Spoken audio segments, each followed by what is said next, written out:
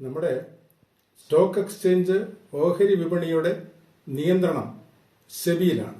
SEBI chairperson Madhavi Puri Butch അവർക്കെതിരെ ഗുരുതരമായ ആരോപണം ഹിൻഡൻബർഗ് പുറപ്പെടുവിച്ചിരിക്കുന്നു. ആ ആരോപണത്തിന്റെ അടിസ്ഥാനത്തിൽ സെബിയുടെ തന്നെ വിശ്വാസ്യത നഷ്ടപ്പെട്ടോ എന്നതാണ് പ്രധാനപ്പെട്ട പ്രശ്നം. ഈ ആരോപണത്തിന്റെ പശ്ചാത്തലത്തിൽ സെബി ചെയർപേഴ്സൺ സ്ഥാനമൊഴിയണോ വേണ്ടയോ എന്നതും ഒരു ഗുരുതരമായ പ്രശ്നമായി അവശേഷിക്കുന്നു. നമസ്തേ. നമ്മളുടെ ഓഹരി വിപണിയെ പിടിച്ചു കുലുക്കിയ ഒരു വലിയ വെളിപ്പെടുത്തലായിരുന്നു ഹിൻഡൻബർഗ് റിപ്പോർട്ട്. ആ ഹിൻഡൻബർഗ് റിപ്പോർട്ട്, ആദ്യത്തെ റിപ്പോർട്ട് വന്ന് അധികം കഴിയുന്നതിന് മുമ്പ് തന്നെ ഇന്ത്യൻ ഓഹരി വിപണിയിൽ അതിൻ്റെ വലിയ ഒരു പ്രത്യാഘാതം, റെസ്പോൺസ് ഉണ്ടായി. അതിൽ പറഞ്ഞിരുന്നത് അദാനി ഓഹരികൾ കണക്കില്ലാതെ വിദേശ കമ്പനികളിൽ നിന്ന് പണം ഇങ്ങോട്ടേക്ക് ഒഴുക്കി ഇല്ലാത്ത വില മാർക്കറ്റിൽ ഓഹരി വിപണിയിൽ അദാനി ഓഹരികൾക്ക് സൃഷ്ടിക്കുന്നു. അതിൽ നിന്ന് കോടിക്കണക്കിന് രൂപയുടെ ലാഭം അദാനി ഉണ്ടാക്കുന്നു. ഓഹരി ഉടമകളായ സാധാരണക്കാർക്ക് അതിൻ്റെ നഷ്ടവും ഉണ്ടാകുന്നു. ഇത് ഒരു വലിയ ഗുരുതരമായ പ്രത്യാഘാതം ഓഹരി വിപണിയിൽ ഉണ്ടാക്കിയെന്ന് മാത്രമല്ല വലിയ രാഷ്ട്രീയ കോളിളക്കവും ഉണ്ടാക്കി. അതിൻ്റെ അടിസ്ഥാനത്തിൽ സുപ്രീം കോടതിയിലും കേസുണ്ടായി. ഫിനാൻസ് മിനിസ്റ്റർ പറഞ്ഞത് അതിനെ സംബന്ധിച്ച് ഓഹരി വിപണിയെ സംബന്ധിച്ചൊരു പരാതി വന്നു കഴിഞ്ഞാൽ അതൊരു റെഗുലേറ്റർ ഉണ്ട് ഇവിടെ, സെബിയുടെ ചെയർപേഴ്സൺ അത് അന്വേഷിക്കും. സുപ്രീം കോടതിയിലെ കേസിനകത്തും സുപ്രീം കോടതിയുടെ ഒരു വിലയിരുത്തലിന്റെ ഭാഗമായി സെബി ചെയർപേഴ്സൺ അന്വേഷിക്കുന്നുണ്ടല്ലോ, അന്വേഷിക്കട്ടെ എന്നായിരുന്നു സുപ്രീം കോടതിയിലും പറഞ്ഞത്. സെബി ചെയർപേഴ്സൺ കഴിഞ്ഞ 20 മാസമായി അന്വേഷിക്കുന്നു. എങ്ങും അന്വേഷണ റിപ്പോർട്ട് എത്തിയിട്ടില്ല എന്നുള്ള സത്യം അവിടെ നിൽക്കട്ടെ.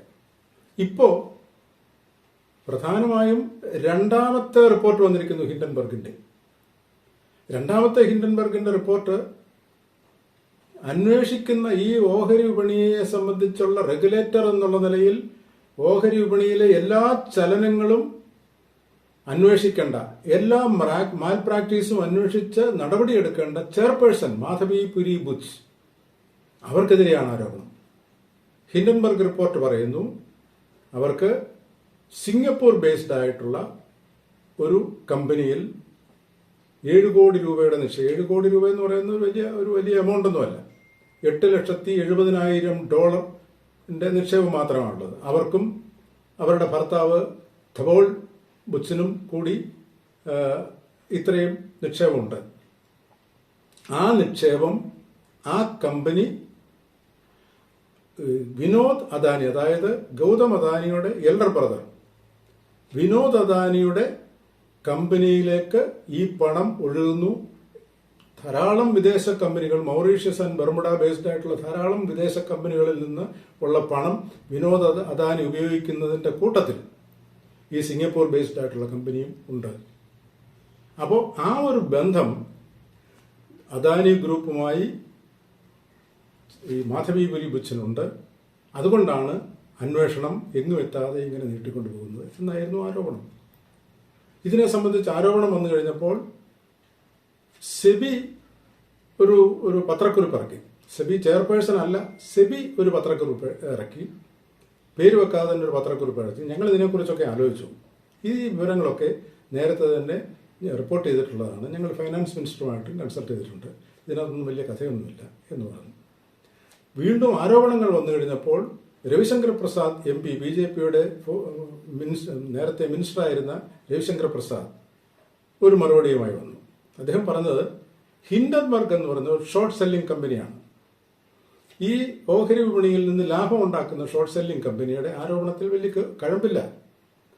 അത് ഇന്ത്യക്കെതിരെയുള്ളൊരു ആരോപണമാണ്. ഇന്ത്യൻ ഓഹരി വിപണിയെ ഇടിച്ചു താഴ്ത്തുന്നതിന് വേണ്ടിയിട്ടുള്ളൊരു ആരോപണമായിട്ട് മാത്രം നമ്മൾ കണ്ടാൽ മതി എന്നാണ്. പക്ഷേ അതിനുശേഷം ഈ ഹിൻഡൻബർഗ് ചില രേഖകൾ പുറത്തുവിട്ടു. ആ രേഖകൾ പുറത്തുവിട്ടപ്പോൾ അത് കൂടുതൽ സങ്കീർണമാകുന്നു. മാധവി പുരി ബുച്ച് തന്നെ പത്രക്കാരെ കണ്ടിട്ട് കാര്യങ്ങൾ പറയേണ്ടി വരുന്നു. അവർ പറയുന്നത് എനിക്ക് അക്കൗണ്ട് ഉണ്ടായിരുന്നു, നിക്ഷേപം ഉണ്ടായിരുന്നു. പക്ഷേ ആ നിക്ഷേപം ഞാൻ 2017 അത് അവസാനിപ്പിച്ചു.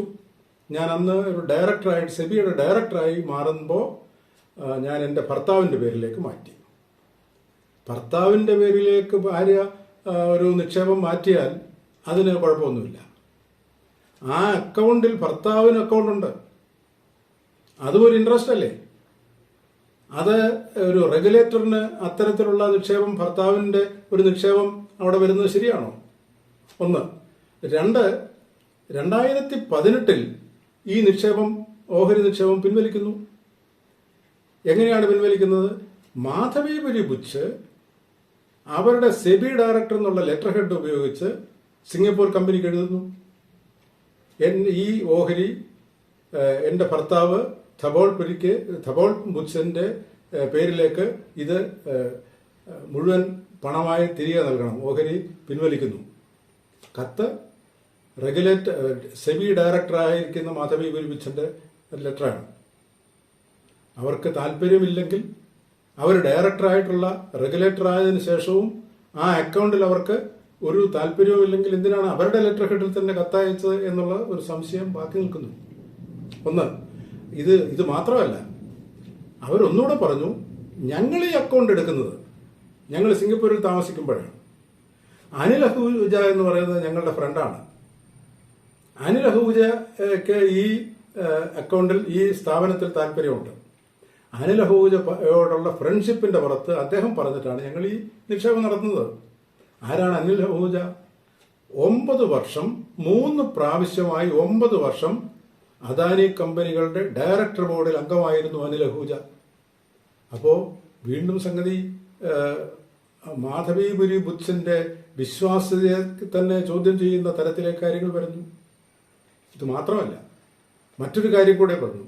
2 കൺസൾട്ടിംഗ് കമ്പനി സെബിയുടെ ഡയറക്ടറായിരിക്കെ, സെബിയുടെ ചെയർപേഴ്സൺ ആയിരിക്കെ, സിംഗപ്പൂരിലും ഇന്ത്യയിലുമായി 2 കൺസൾട്ടിംഗ് കമ്പനി, അഗോറ എന്ന് പറയുന്ന 2 കൺസൾട്ടിംഗ് കമ്പനി മാധവിപുരി ബുച്ച് നടത്തുന്നു. അതിന്റെ റവന്യൂ കിട്ടുന്നു, വരുമാനം കിട്ടുന്നു. ഇതിന് മറുപടിയായിട്ട് പറഞ്ഞത് ആ 2 കമ്പനികളും 2023 മുതൽ ഡോർമന്റ് ആണ്, ഫംഗ്ഷൻ ചെയ്യുന്നില്ല എന്നാണ്. പക്ഷേ 2023 ശേഷവും ഈ ചെയർപേഴ്സന്റെ ഭർത്താവ് ഥബോൾ ബുച്ചിന്റെ പേരിൽ വരുമാനം ഈ 2 കൺസൾട്ടിംഗ് കമ്പനിയിൽ നിന്ന് കിട്ടിക്കൊണ്ടേയിരിക്കുന്നു, ഇപ്പോഴും കിട്ടിക്കൊണ്ടിരിക്കുന്നു. അപ്പോൾ ഇത് ഡോർമന്റ് ആണ് എന്ന് പറഞ്ഞതും തെറ്റാണ് എന്ന് വരുന്നു. അവിടെ കൊണ്ടും തീരുന്നില്ല പ്രശ്നങ്ങൾ. പിന്നെ ഒരു റീറ്റ്സ് കമ്പനി, അതായത് റിയൽ എസ്റ്റേറ്റ് ഇൻവെസ്റ്റ്മെന്റ് ട്രസ്റ്റ്, അത് റിയൽ എസ്റ്റേറ്റ് കമ്പനിയാണ്. അതിന്റെ ലീഗൽ അഡ്വൈസർ, സീനിയർ ലീഗൽ അഡ്വൈസറാണ് മാധവിപുരിയുടെ ഭർത്താവ് ഥബോൾ ബുച്ച്. ആ റേറ്റ്സിന് വേണ്ടിയിട്ട് സെബി ചില നിയന്ത്രണങ്ങൾ നീക്കി, നിയമ ഭേദഗതികൾ വരുത്തി ഇന്ത്യയിൽ റിയൽ എസ്റ്റേറ്റ് ഇൻവെസ്റ്റ്മെന്റ് നടത്തുന്നതിന് വേണ്ടിയിട്ടുള്ള ഒരുപാട് വലിയ സൗകര്യങ്ങൾ കൊടുക്കുകയുണ്ടായി. അതും സ്വന്തം ഭർത്താവ് സീനിയർ ലീഗൽ അഡ്വൈസർ ആയിരിക്കുന്ന ഒരു റിയൽ എസ്റ്റേറ്റ് ഇൻവെസ്റ്റ്മെന്റ് കമ്പനിക്ക് വേണ്ടി. കമ്പനിയുടെ പേര് ബ്ലാക്ക്സ്റ്റോൺ റിയൽ എസ്റ്റേറ്റ് കമ്പനിക്ക് ഇന്ത്യയിൽ ഈ റെഗുലേറ്ററുടെ കീഴിൽ തന്നെ കമ്പനികളിൽ ഇൻവെസ്റ്റ്മെന്റ് നടത്തുന്നതിന് ഉള്ള സൗകര്യമാണ് ചെയ്തു കൊടുത്തത്. 2 കൺസൾട്ടിംഗ് കമ്പനികൾ എന്ന് പറഞ്ഞു. ആ 2 കൺസൾട്ടിംഗ് കമ്പനികളുടെ അഡ്രസ്, ഒഫീഷ്യൽ അഡ്രസ് കൊടുത്തിരിക്കുന്നത് സിംഗപ്പൂരിലെ അഡ്രസ്സാണ്. മാധവിപുരി ബുച്ചിന്റെ പേരിൽ സിംഗപ്പൂർ അഡ്രസ്സിൽ ആണ് ഈ 2 കൺസൾട്ടിംഗ് കമ്പനികളും ആരംഭിച്ചിരിക്കുന്നത്. ഒന്ന് സിംഗപ്പൂരിൽ രജിസ്റ്റർ ചെയ്തത്, ഒന്ന് ഇന്ത്യയിൽ രജിസ്റ്റർ ചെയ്തത്. ഈ അഡ്രസ്സിൽ ചെന്ന് നോക്കുമ്പോൾ അവിടെ പുറത്ത് ബോർഡ് പോലും ഇല്ലാത്ത ഒരു മുറി, അവിടെയാണ് ഈ കൺസൾട്ടിംഗ് കമ്പനികൾ പ്രവർത്തിക്കുന്നത്. അവിടെ നിന്നാണ് റവന്യൂ കിട്ടുന്നത്. ഇതെല്ലാം ഒരു ഷെയ്ഡി ഇടപാടുകളാണ് ഈ റെഗുലേറ്ററുടെ നേതൃത്വത്തിൽ നടക്കുന്നത് എന്ന് സംശയമുണ്ടാകത്തക്ക രീതിയിലുള്ള രേഖകൾ പുറത്തുവിട്ടിട്ട് ഫിനാൻസ് മിനിസ്റ്റർ ഇതിനെ സംബന്ധിച്ച് മറുപടി പറയുന്നില്ല. നമ്മൾ മനസ്സിലാക്കേണ്ടത്, ആരാണ് ഈ റെഗുലേറ്റർ? എന്തിനാണ് ഈ റെഗുലേറ്റർ? ഈ റെഗുലേറ്റർ നമ്മളുടെ രാജ്യത്തെ ഓഹരി വിപണി എന്ന് പറഞ്ഞു കഴിഞ്ഞാൽ ലോകത്തെ ഓഹരി വിപണികളിൽ 3-ാം സ്ഥാനത്ത് ഉള്ള ബിസിനസ് നടത്തുന്ന സ്ഥാപനമാണ്. അത്ര വലിയ ഒരു ബിസിനസ്സാണ്, ക്യാപിറ്റൽ മാർക്കറ്റാണ്. ആ ക്യാപിറ്റൽ മാർക്കറ്റിൽ ഉണ്ടാകുന്ന എല്ലാ ചലനങ്ങളെയും നിരീക്ഷിക്കുവാനും നിയന്ത്രിക്കുവാനും അധികാരമുള്ള ഒരു കസേരയിലിരിക്കുന്ന ഉദ്യോഗസ്ഥയാണ്. അവർ സംശയത്തിന് അതീതമായിരിക്കണം. വിശ്വാസ്യതയാണ്, ക്രെഡിബിലിറ്റിയാണ് ഏറ്റവും പ്രധാനം. അവരുടെ ക്രെഡിബിലിറ്റി ചോദ്യം ചെയ്തിരിക്കുന്നു. ഫിനാൻസ് മിനിസ്റ്റർ പറയണം, അതായത് ഞങ്ങൾ ഇതിനെക്കുറിച്ച് അന്വേഷിക്കാം, ഞങ്ങൾ അന്വേഷിക്കും, നടപടിയെടുക്കും എന്ന് പറയണ്ടേ? ഇതിനു മുമ്പ് ഇത്തരം ആരോപണങ്ങൾ മുമ്പ് വന്നിട്ടുണ്ട്. CB ധവെ ചെയർമാനായിരിക്കുമ്പോൾ, സെബിയുടെ ചെയർമാനായിരിക്കുമ്പോൾ അദ്ദേഹം പറഞ്ഞു, എനിക്ക് ഇന്ന കമ്പനികളിൽ നേരത്തെ ഷെയർ ഉണ്ടായിരുന്നു, അങ്ങനെ ചില ബന്ധങ്ങളുണ്ട്, അതുകൊണ്ട് എന്നെ മാറ്റി നിർത്തണം, ഞാനല്ല ഇതിന് ചെയ്യേണ്ടത് എന്ന് പറഞ്ഞ് വേറെ ആളുകൾ അന്വേഷണത്തിൽ ഏർപ്പെട്ടു. ആ ഒരു രീതിയിലുള്ള ഒരു അന്വേഷണം എന്തുകൊണ്ട് ഇവർ നടത്തുന്നില്ല? ഇവർ ഈ കാര്യത്തിൽ എല്ലാ താല്പര്യങ്ങളും മറച്ചു വെച്ചുകൊണ്ട് അന്വേഷണത്തിന്റെ തലപ്പത്ത് കയറിയിരുന്ന് ഈ എല്ലാ തെറ്റുകളെയും ന്യായീകരിക്കുന്ന, മൂടിവെക്കുന്ന തരത്തിലേക്ക് കാര്യങ്ങൾ പോകുന്നുവെങ്കിൽ ഇന്ത്യയിലെ ക്യാപിറ്റൽ ഓഹരി വിപണിയിൽ എന്ത് വിശ്വസിച്ച് നമ്മളുടെ രാജ്യത്തെ ജനങ്ങൾ നിക്ഷേപിക്കണം എന്നുള്ളതിനെക്കുറിച്ച് നമ്മൾ ഗൗരവമായി ആലോചിക്കണം.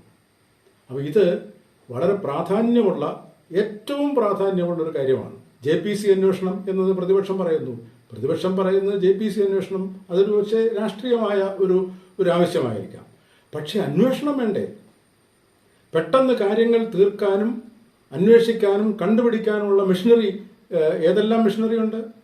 അത്തരം ഒരു അന്വേഷണ ഏജൻസിയെ ഏർപ്പെടുത്തി ഇക്കാര്യങ്ങൾ അന്വേഷിച്ച് മാധവി ബിച്ച് ആ സമയം വരെ രാജിവെച്ച് സ്ഥാനമൊഴിഞ്ഞ് മാറി നിൽക്കുകയാണ് അഭികാമ്യം.